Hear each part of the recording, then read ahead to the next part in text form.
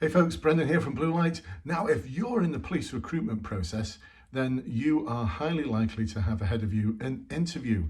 And if you're applying for a Home Office force, then you are likely to, not just likely to, you are going to have the online assessment centre where you're going to be asked 5 interview questions that you're going to have to record onto some software using the video camera on your iPad or laptop or whatever device you might have.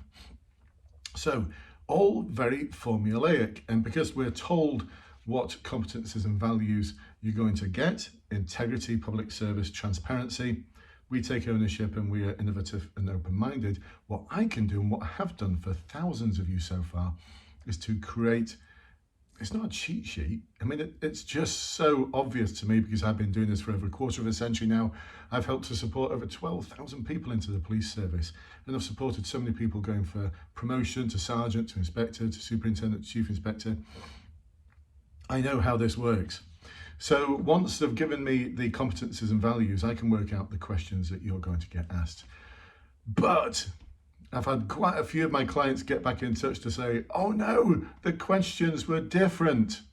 All right, pin your ears back, folks, because I'm going to tell you here why they're not so different at all.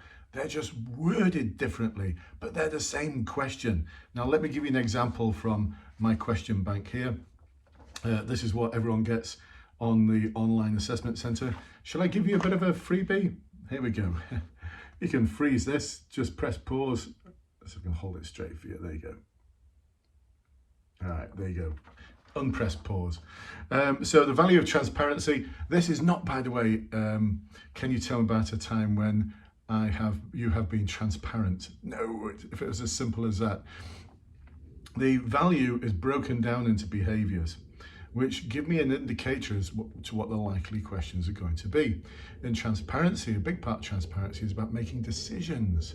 So the question is going to be about making decisions. So common questions are, please can you tell me about a time when you've made a difficult decision where you've had to account for that decision to others? Please can you tell me about a time when you've made a difficult decision where others may not have agreed with you? How did you manage the disagreement? Now, what if the question was asked slightly differently? Can you tell me about a time when you've made a difficult decision under pressure? What do you think? Is that a different question? No, it isn't. It's the same question. It's just been worded slightly differently. And this has thrown so many of you, and I want to make sure it doesn't throw you, especially my clients, those of you who are on my online courses and join me for my webinars where we practice the answers to these questions so we can hone our skills to make sure that on the day we get as close to 100% in the competency-based interview as possible. And you may be thinking 100%? No way. Yes, so many of my clients have achieved 100%, which means they've got a much better chance of going through to the next stage. Because forces like West Midlands Police, the Met, Cheshire and other forces, they're passing people and then putting them into this holding bay. And they're only taking people through to the next stage if they've got the highest scores. So there's so many of you, and I feel for you, who are in like this purgatory, you're in like this holding bay where you're not going anywhere. And you know that people who applied after you are getting taken through to the next stage before you. It seems unfair, but forces can legitimately do this. The only way they can decide who's going to go through to the next stage is by score. They're not very transparent about this. They won't tell you that they're doing this, but there's no other reason why so many of you are in these holding bays. Anyway, that's subject of another video, how to get out the holding bay. So does that make sense, folks? Because the thing is, the behaviors that you need to demonstrate in your answer remain the same. So I've given you some example behaviors in transparency. What rationale did you use for your decision making? How did you ensure your decision was the right one to make? How did you ensure that others understood your decision making rationale? And how did you manage any feedback following your decision? You can also add to that things like how did you weigh up the pros and cons of different options? What information did you glean in terms of being able to analyze information from different sources?